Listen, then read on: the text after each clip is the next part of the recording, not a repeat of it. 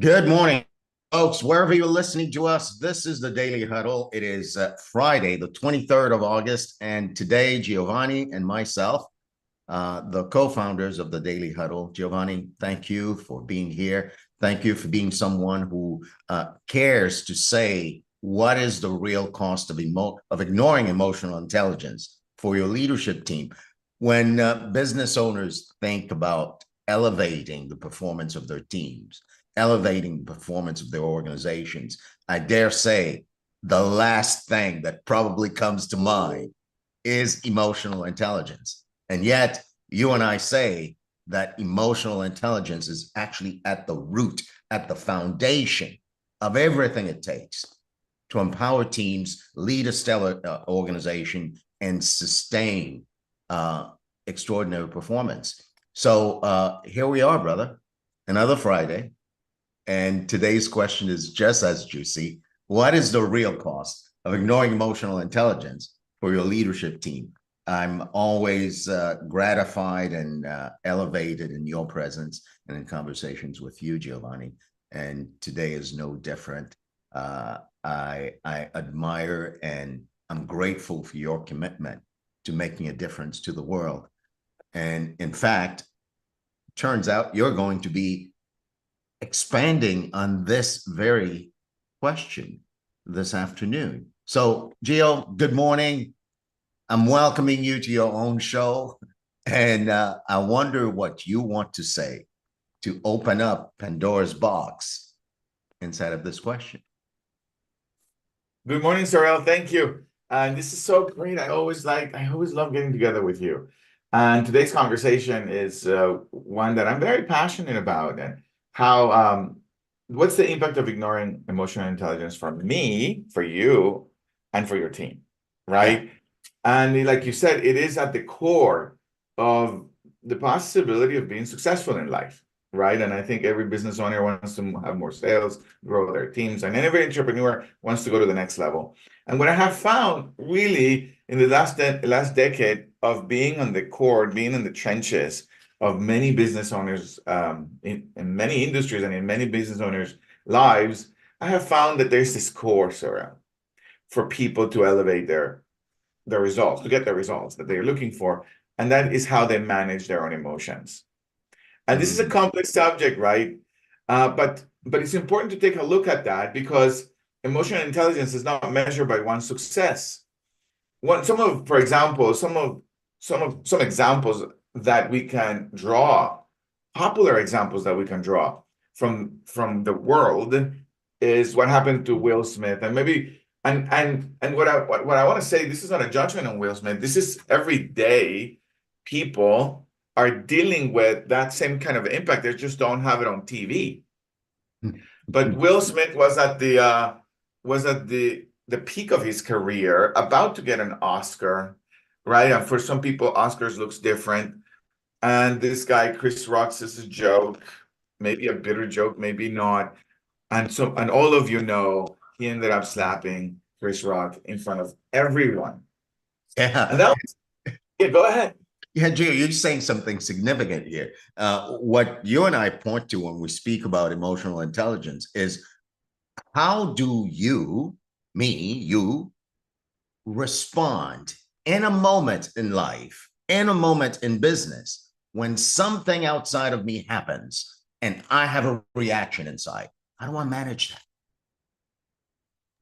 And in Will Smith's example, well, one of the ways he manages, he walked up to Chris Rock and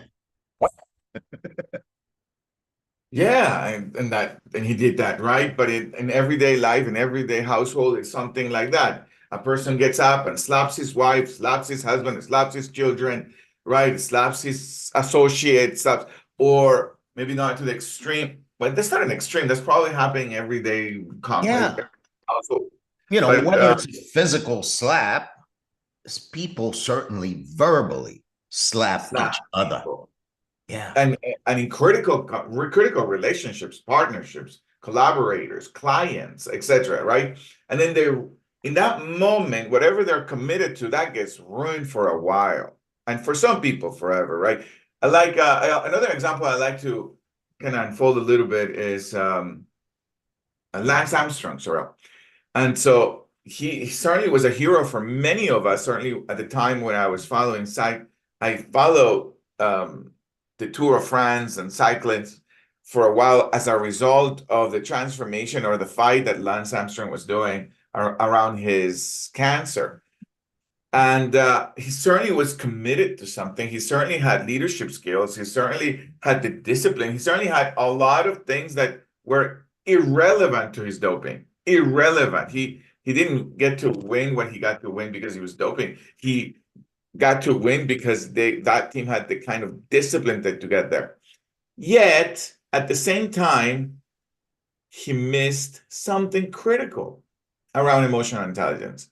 And he ended up whatever was the story. I don't know, well, doping and denying it, and eventually coming authentic about it, telling the truth, stripping away all of his titles, Yeah. completely damaging his commitment to cancer, his commitment to people, his family, everything, right? And I'm not judging him. I'm really not. I am him. I am Chris.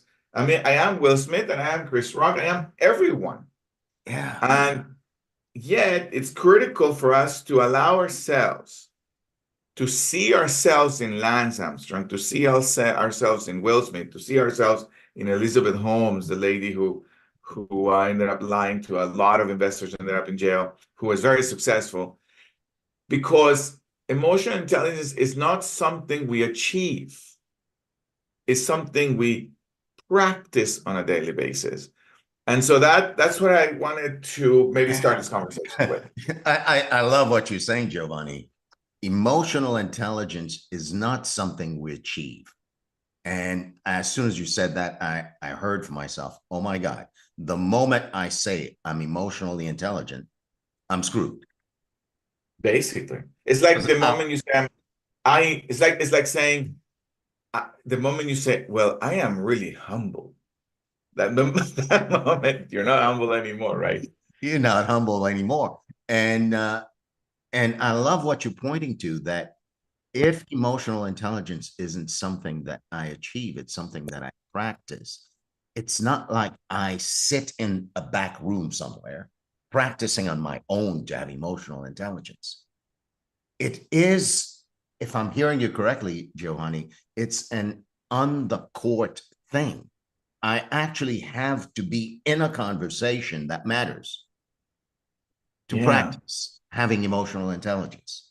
Yeah, so you're kind of pointing to or leading us into the next aspect of the conversation, which is, well, how do I elevate my emotional intelligence since I never achieve it, right? Mm-hmm. And it's not a mountain you achieve. But the moment I think I got emotional intelligence, I find myself in Will Smith's shoes. Yeah. A conversational way of ruining a life commitment, a life purpose, right? So how do I check in? How do I elevate my emotional intelligence? How do I, in some degree, measure where it is? This is very personal, I feel, and what I'm going to challenge the people who are listening to us is to challenge yourself, right? Challenge themselves. This is a personal aspect. Your emotional, I want to say it this way. Your emotional intelligence is revealed by the quality of the relationships of the closest around you. Gio, you I'm got going to to say say, this again. yeah, I got Got to to say it say it again. again. Yes, your emotional intelligence is revealed by the quality of the relationships of the closest around you, by the quality of the relationship you have with the people around you, your closest ones. You've got to take a look at, what's my relationship with my parents? What's my relationship with my cousins? What's my relationship with my brother and my sister? What's my relationship with my children? What is my relationship with my significant other? What is my relationship with my in-laws? What is my relationship with my grandchildren? And the people I associate with, my collaborators, my associates, the people who are close to you. when you take a look at the quality of those relationships with them, the quality of your relationship with them, it gives me an access to see where my emotional intelligence is at. If the relationships are broken, if the relationships are indifferent, if people are not quite speaking to you, you're not speaking to them, you're kind of just saying, this is life, this is how people are. You know, if you find yourself judging the people around you, then you can see my bar of emotional intelligence is low. We've got to elevate it. Yeah, that's what I want to say. What are Yeah. you? So, Gio, this is really confronting. Here's what I'm Yeah, going to say. I myself, it doesn't matter how educated I am, how many books I read about emotional intelligence, whether I know what the particular segments of cognitive thinking or psychological blah blah blah, I don't get to say how emotionally intelligent I am. yeah. What gets to say how emotionally intelligent I am is the caliber of the relationships in my life, the closest ones.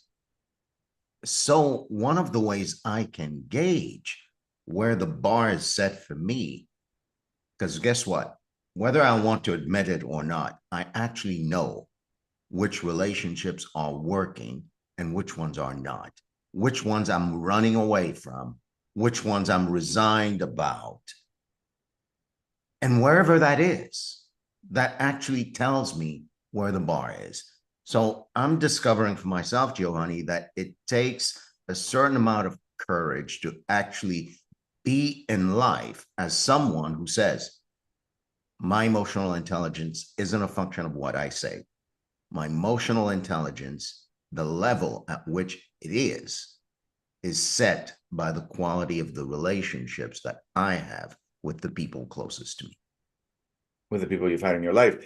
A lot of our clients, Sorel, you know, you probably have many examples, but certainly have many, many examples. A lot of the people that come to our courses, my clients, one of the aspects when we talk about this, given that emotional intelligence is at the core of anyone's success, we start looking at, well, let's look at the quality of the relationships around you. And for the most part, at the beginning, my clients, they only share about the ones that are working. Well, I'm really getting along with my sister. Okay, how many brothers and sisters do you have? I have 5. Are you talking to the other ones? No. I don't want to talk about it, right? Or I really get along with my current partner.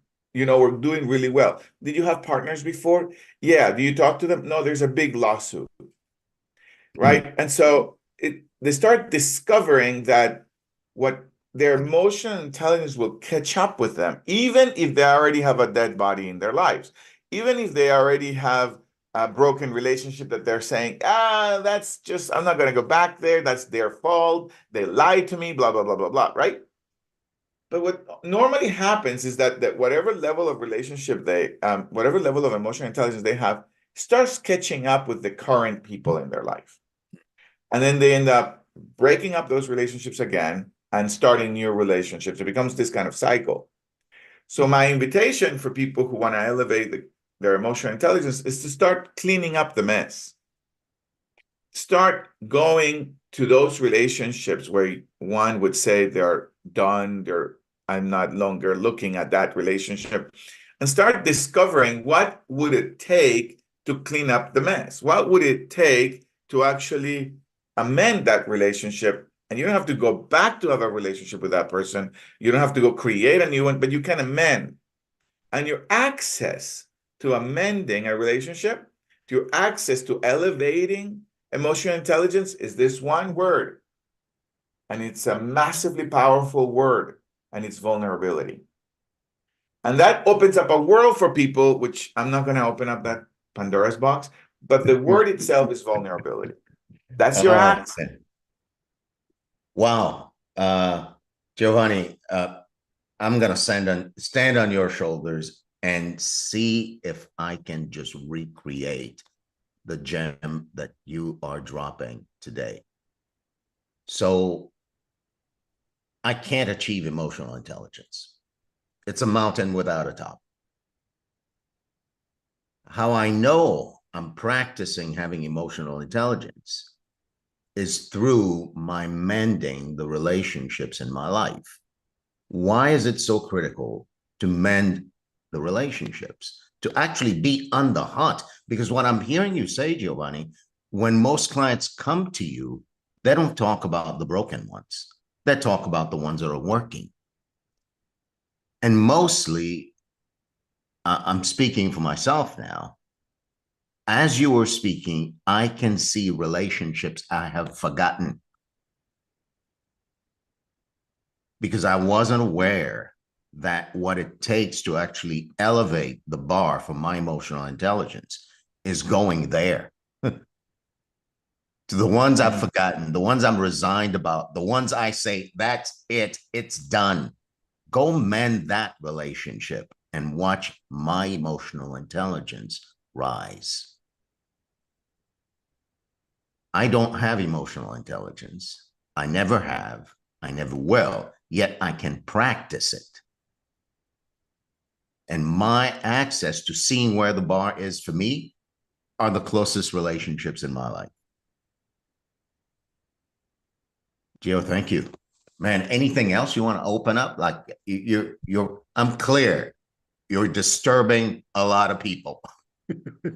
No, I think I'm opening up possibilities. Not, not quite disturbing. I'm opening up possibilities that have been opened up for me. This is not a journey that I am preaching on. This is the journey I am in. I'm currently looking at where my relationships are at, and just I don't know, humbling myself constantly. That this is not something I reach. This is something I manage every day, if you will.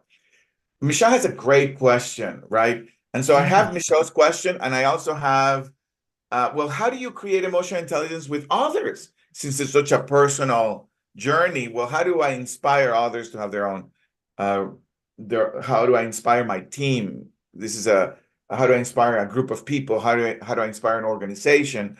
How do I create a structure for an organization so that people elevate their emotional intelligence?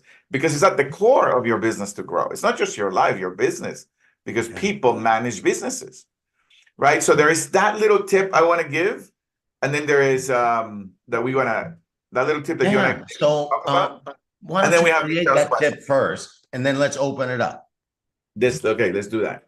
So for those of us who are saying, okay, Gio, I got it. I got to go to amend my relationships. Jesus Christ, I don't know how I'm going to do that. But right now, I want to elevate my business. Right now, I have a big team, and absent of them elevating their emotional intelligence, they're going to continue to row in different directions. They're going to continue to have conflict. They're going to continue to hide conversations, etc.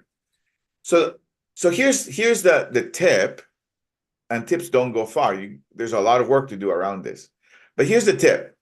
The tip is to connect people to something bigger than themselves. And for most companies, depending on the size, it's going to be their mission. And there's a massive difference between communicating your mission and having people connect emotionally with the mission. And most leaders are really lazy about this. Now, I'm not calling you lazy. I know you're not lazy, otherwise you wouldn't have a business. But most leaders, business leaders and managers, are really lazy about connecting people emotionally with their mission of the company, or why are they there to serve people for, right? And you can't quite be lazy about that, because when you connect people emotionally to something bigger than themselves, they embark on a journey to reinvent themselves against the mission. They embark on a journey to actually ask themselves, how do I elevate my level of professionalism? How do I bring integrity to this place? Because there's this mission I'm passionate about. So connecting people to a mission is a lifetime commitment. It's not once a month or every 3 months or once a year. And then, no, it's actually there's a real for the lack of better words, commitment from oneself as a leader, as a manager, to find a way to have your team connect emotionally to the purpose of the organization. Okay, that's the tip, Sorrel. Oh man, Gio, I have a question about the tip because I think it matters. As a leader, can I even have the capacity to connect anyone to a purpose unless I am first connected to it. I Yes, think very. leaders are lazy. I'm lazy about connecting myself to the purpose I'm creating. Yes, it's so right? And we're not calling anybody lazy, right? Because I Yeah. know you're not lazy if you have a business. No. But the act And of connecting emotionally to the purpose of your business, most business leaders are lazy. It's yeah. like, no, let me just connect with the numbers. Let me connect with the KPIs. Let Yeah, me, let me just go to the next sales call. yeah. And that's what gets in the way of elevating the emotional intelligence of the people around you. Boom. All right. Michelle. So this is what Michelle said. What if the other person is toxic and you removed yourself from the relationship because of their behavior, right? That action itself, depending on the circumstances, there's so many things behind that question, Michelle. I mean, there's a world behind that question, right?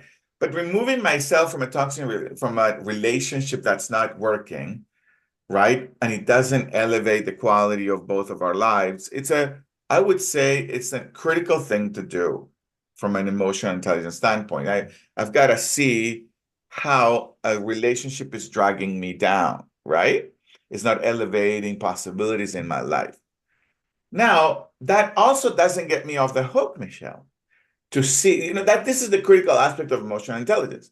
If somebody disagrees with me, if somebody doesn't see life the way I see it, if somebody has a different opinion, that doesn't mean that the relationship it doesn't mean we can't amend the relationship. It means there is an aspect of the way I'm relating to the opposition, that leaves me wanting to just remove myself from the relationship. Or there is a way that I can see the possibility of the relationship where I can see, well, how do I have conversations with this other person where, although we're not going to work together, we're going to be complete in that relationship. We're going to be okay. We're going to be in a good space, if you will. And the second possibility is the one that gives me access to elevating my emotional intelligence. But it's complex, you see. It's very complex what you're pointing to. Yeah, Gio. Beyond the complexity you're pointing to, there's also my responsibility as a leader to create myself as being the one that is the source of the toxicity in the relationship. And that's tough to swallow for me. It's always tough to swallow. And the reason I'm pointing to that, Giovanni, in the same way you say emotional intelligence is something I never reach, and how I gauge my emotional intelligence is by the caliber and the quality of the relationships in my life. So I could say, and I'm not saying that as a truth, that wherever there's a toxic relationship in my life, whether I'm running away from it or working on it, it's an indication of the level of intelligence that I currently am reaching and trafficking in. Yeah, emotional intelligence is an indication, right? Yeah. I have an example. For example, so the other day I was coaching someone in in a business relationship, and there's a certain promises and expectations, right? And I went to check in with this person about where the progress was. And I said, "Hey, how are you?" And then she said, it happens to be a woman, and she said, "I am doing okay, but don't come and tell me what I need to do or not to do." And I said, "Oh, okay, no problem." And I said, that was a little harsh, don't you think? I just want to check in first. And she says, "Yeah, you're becoming a little toxic, right?" And then I said, "Oh, okay, I got it. I got that your experience is toxic. Now, can I ask you a question?" She said, "Yes." Um, with the way you are approaching me, saying that I am being toxic, I no longer have access to be any contribution to you because now I am looking for ways not to be toxic. And your commitment, what you care about, what you gave your promise to, what you want to reinvent yourself against, I will not be able to be any contribution to you because now my only concern is that you don't see me toxic, rather than being a contribution to you. So I just want you to know where you have put me in.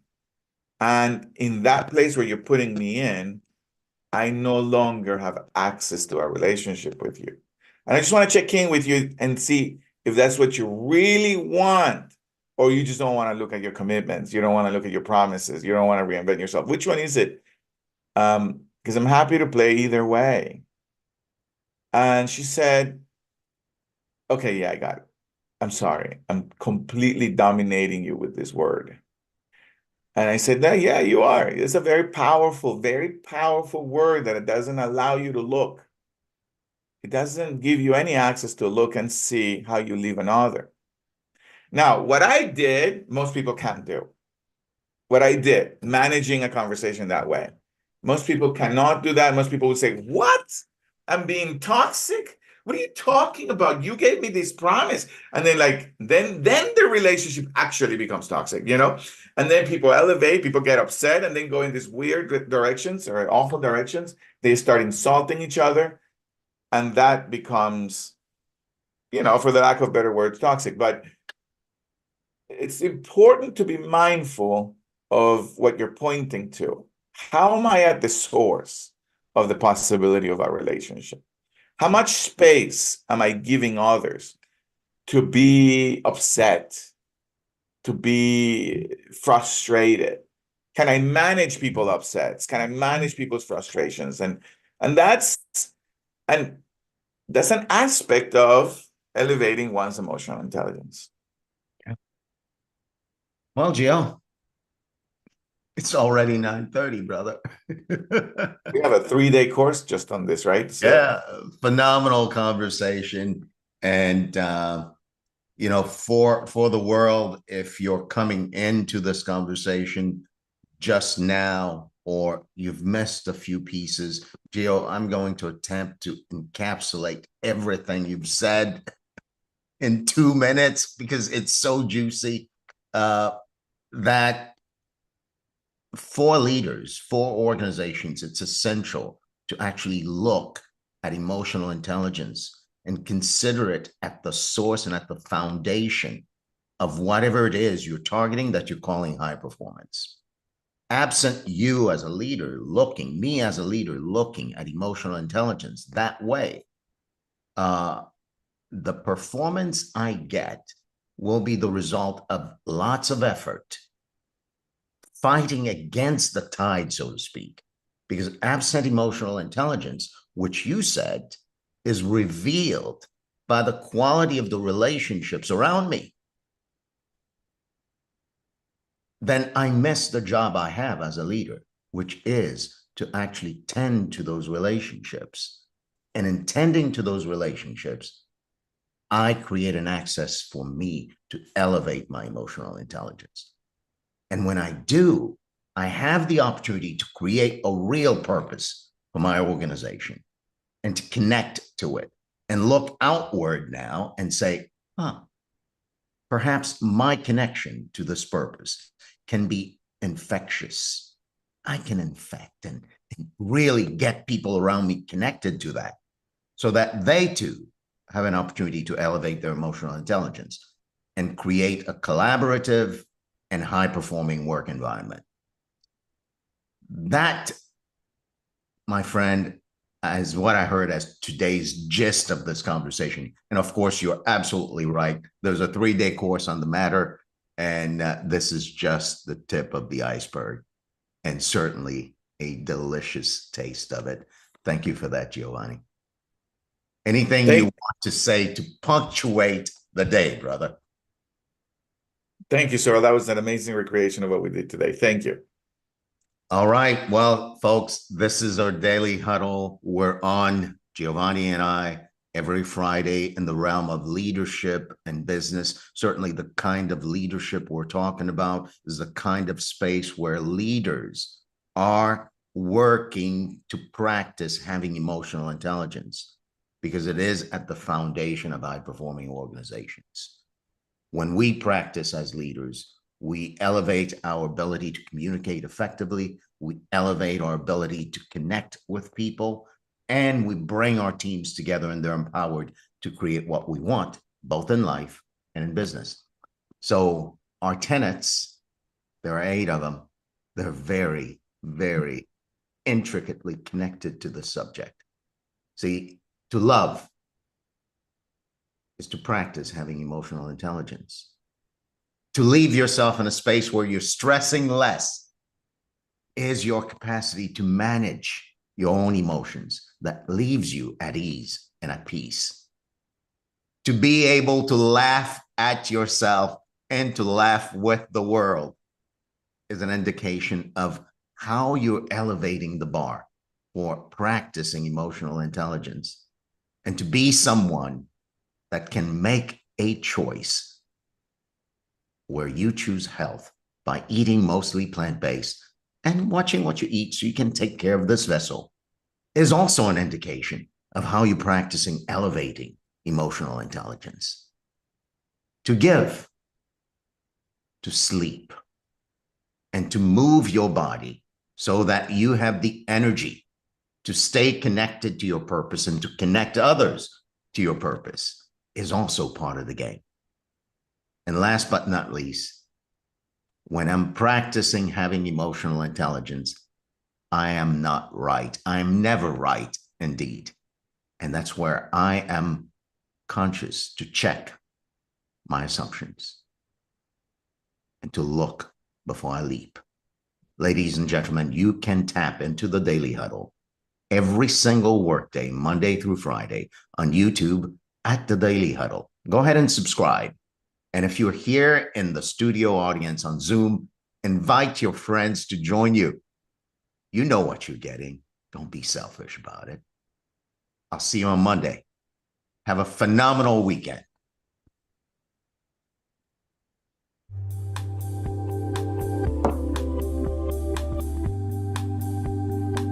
Thank you, Daily Huddle family.